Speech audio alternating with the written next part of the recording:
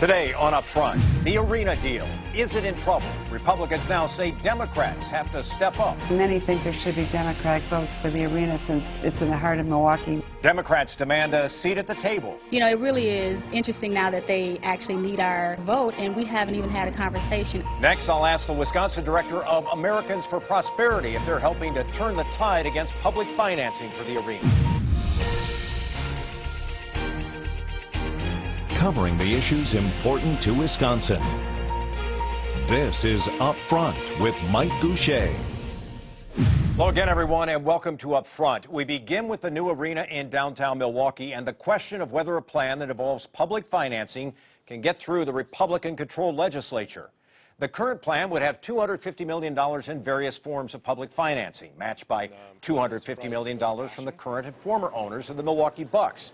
It's looking more and more like the arena deal won't be part of the Republicans' 2015-2017 state budget, but would be taken up as a budget amendment or a separate bill that would need Democratic votes to pass. They think that there should be Democratic votes for this arena. They think it's in Milwaukee County. How can they expect people from rural Wisconsin to vote for it if they're not going to vote for it? Them pulling it out, I think, sends a signal that the deal is dead, and we're going to have to start from scratch and try to scrabble something together. The conservative group Americans for Prosperity has been lobbying against taxpayer money for the new arena deal. And the group's new Wisconsin director, Eric Bott, joins us now on Up Front. Thanks very much for being with us. Thank you. Why is your group publicly opposed to the spending of taxpayer dollars on a new arena? Well, what we have here is really a situation where the government is proposing to socialize risk and privatize profits. And that's not the proper role of government, and it's not a responsible use of taxpayer dollars. So what are you doing specifically? Are you talking to lawmakers? Are you having private conversations about why this would be a bad idea if they were to vote for something like this? We are. So as Americans for Prosperity, we have about 125,000 member activists across the state, and we're engaging them through grassroots efforts to talk to lawmakers about why they think this is bad public policy.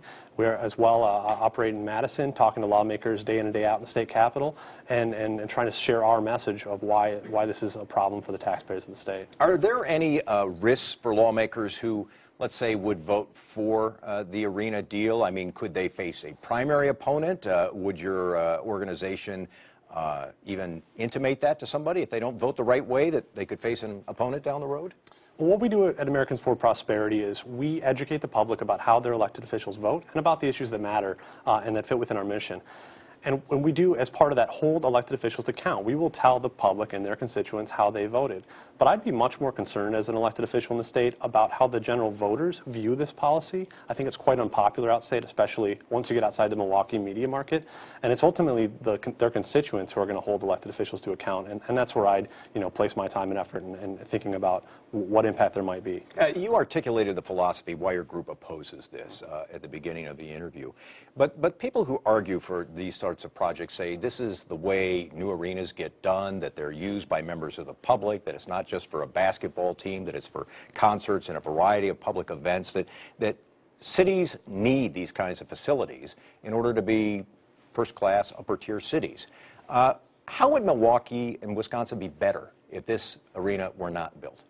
I think just because it's been done in other areas doesn't mean it's the appropriate and proper way for government to move forward. And at the end of the day, is it acceptable for taxpayers all across the state of Wisconsin to have to shoulder the burden of building a privately held sporting arena in the city of Milwaukee? And our members and our organization feels that it's not appropriate. And even though there would not be a new tax increase, as the governor has pointed out, it would not be like the Miller Park tax or the Lambeau Field tax. Even though that would not be a part of this, you still object to it. There's still substantial taxpayer support for this arena, both from the state level and from the county and local level, and that is a problem for us. Give me your sense of how this thing is shaking out and how it's playing out in the legislature right now. You believe you're making progress. You believe that the momentum is there to stop public financing for the arena. I would say the momentum is with our side at the moment.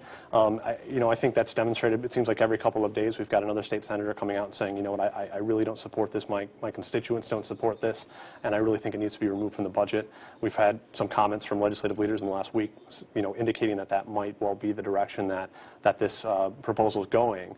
And I think, when you look at a lot of the questions that have arisen about this proposal in the last week or so, questioning some of the numbers involved and whatnot, it really would be appropriate to pull it out of the budget, put it through the regular legislative process. And if it's pulled out of the budget, do you think it's dead?